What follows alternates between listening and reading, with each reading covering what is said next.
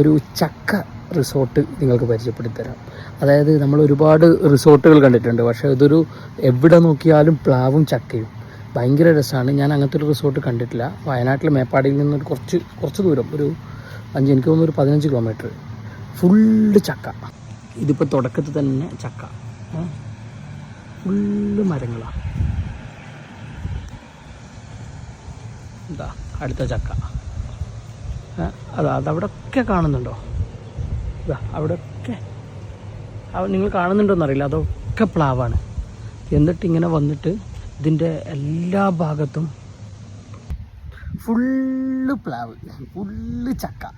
ചക്ക എന്ന് പറഞ്ഞു കഴിഞ്ഞാൽ ചക്ക അല്ലാത്തൊരു ഓരോരു നമ്മളൊരു കാലെടുത്ത് വെച്ച് കഴിഞ്ഞാൽ പ്ലാവ്, ചക്ക. പിന്നെ എന്നെ സംബന്ധിച്ചിടത്തോളം അതിൻ്റെ ബ്യൂട്ടി കാണിച്ചു തരാമെന്ന്. ബ്യൂട്ടി എന്ന് പറയുമ്പം ആ ചക്കൻ്റെ ബ്യൂട്ടി, പിന്നെ ഒരു കായലിനോട് ചേർന്ന് നിന്നിട്ടാണ്. അപ്പോൾ അതിൻ്റെ ഭയങ്കര ബ്യൂട്ടിയാണ്. അതുകൊണ്ട് ഞാനിപ്പോൾ റൂമും മറ്റ് സംവിധാനങ്ങളൊന്നും കാണിക്കുന്നില്ല. പക്ഷേ നിങ്ങൾ ഒരു ദിവസം വരികയാണെങ്കിൽ വയനാട്ടിൽ നിങ്ങൾക്ക് എടുക്കാവുന്ന ഏറ്റവും നല്ല ഓപ്ഷനാണ്. കാരണം പ്രകൃതി ഭയങ്കര ബ്യൂട്ടി ആയിട്ട് നമുക്ക് എവിടെ നോക്കിയാലും ചക്ക. ഇനി ഞാൻ കാണിച്ചാൽ ചക്ക കണ്ടോ. ഇനി നമ്മളിതിങ്ങനെ ഇതിൻ്റെ തീരത്തേക്ക് പോയി കഴിഞ്ഞാൽ കാണാം. നിങ്ങൾക്ക് എത്ര ചക്ക കാണാൻ പറ്റിയെന്ന് എനിക്കറിയില്ല. എവിടെ നോക്കിയാലും പ്ലാവ്. ഇപ്പോൾ ഈ പ്ലാവ് ചേർന്നിട്ട് നമ്മൾ അങ്ങോട്ട് കായൽ കാണുന്നുണ്ടോ? നിങ്ങൾ കായൽ കണ്ടോ? നീണ്ടു നിൽക്കുന്ന ചുറ്റും കായൽ, അതിൻ്റെ കരക്ക് കംപ്ലീറ്റ് പ്ലാവ്. എവിടെ നോക്കിയാലും പ്ലാവ്. ഇപ്പം ഈ പോകുന്ന വഴിക്ക് തന്നെ ഫുള്ള് ഓരോ ഇടവഴി.